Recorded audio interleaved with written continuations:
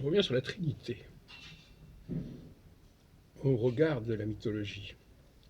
Saturne, Jupiter, Mars, que je mets en rapport avec trois instances que l'on trouve dans le livre de la Genèse, qui sont Elohim, qui est un pluriel, Yahvé, qui est un singulier, et Adam, qui apparaît comme un troisième facteur. Et Adam, le nom d'Adam renvoie à la couleur rouge, qui est celle de Mars, la planète rouge. C'est très connu depuis toujours. Pour moi, et je renvoie d'ailleurs aux travaux de Michel Gauquelin, parce que les travaux de Michel Gauquelin recoupent cette trilogie Saturne, Jupiter, Mars. Pour moi, il faut passer du pouvoir au pluriel. Mars, c'est quelqu'un qui a des pouvoirs, il a des capacités. Il a une capacité, par exemple, au niveau sportif, il a des capacités intellectuelles, physiques, remarquables. Il n'a pas le pouvoir. Inversement, ceux qui ont le pouvoir n'ont pas forcément des pouvoirs. Donc,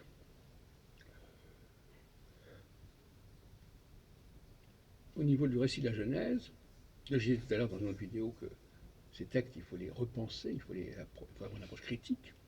C'est la croyance religieuse, c'est pas la croyance dans les textes, c'est ce dont parlent les textes. Ce vers quoi ils nous dirigent, mais comment, c'est notre problème. Donc, Elohim est un pluriel. Et un pluriel, c'est normal que le père, il a plusieurs enfants. Le père, il est génère de la multiplicité. Alors que le fils, lui, c'est un des fils, c'est pas le fils. Et donc, c'est un fils qui assume sa spécificité, son individualité. Et puis, au troisième degré, c'est Adam, qui est le génie, si on veut. Et là, le mot génie a plusieurs sens également.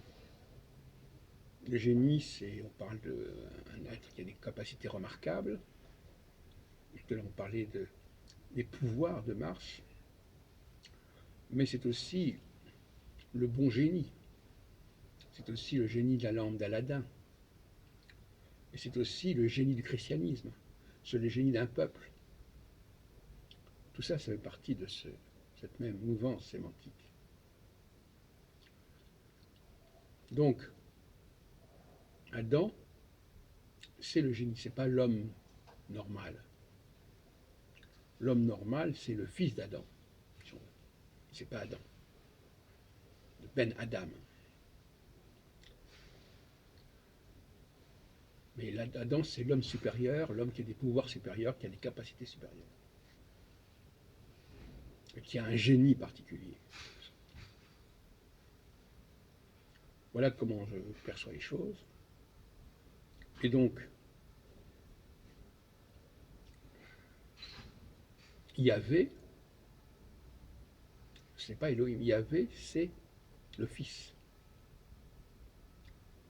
Très important de comprendre que dans la religion juive, Yahvé, c'est le Fils. Et quand Jésus est présenté comme le Fils de Dieu, c'est qu'en fait, il est le fils de Saturne. Mais il est aussi bien le fils des Elohim que Yahvé.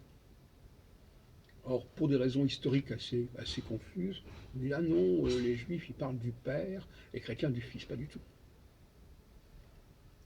Le Dieu des Juifs, c'est le Fils. C'est ce Fils qui est venu vers ce peuple. C'est pas le créateur de l'univers. C'est une émanation de ce Dieu originel.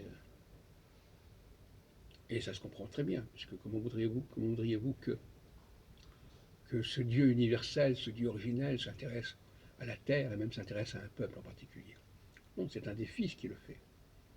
Alors ce fils, on peut l'appeler Lucifer, on peut l'appeler Prométhée, on peut l'appeler comme on voudra. Mais c'est ce fils qui va vers l'humanité, qui s'occupe de l'humanité, comme Prométhée qui apporte le feu à l'humanité.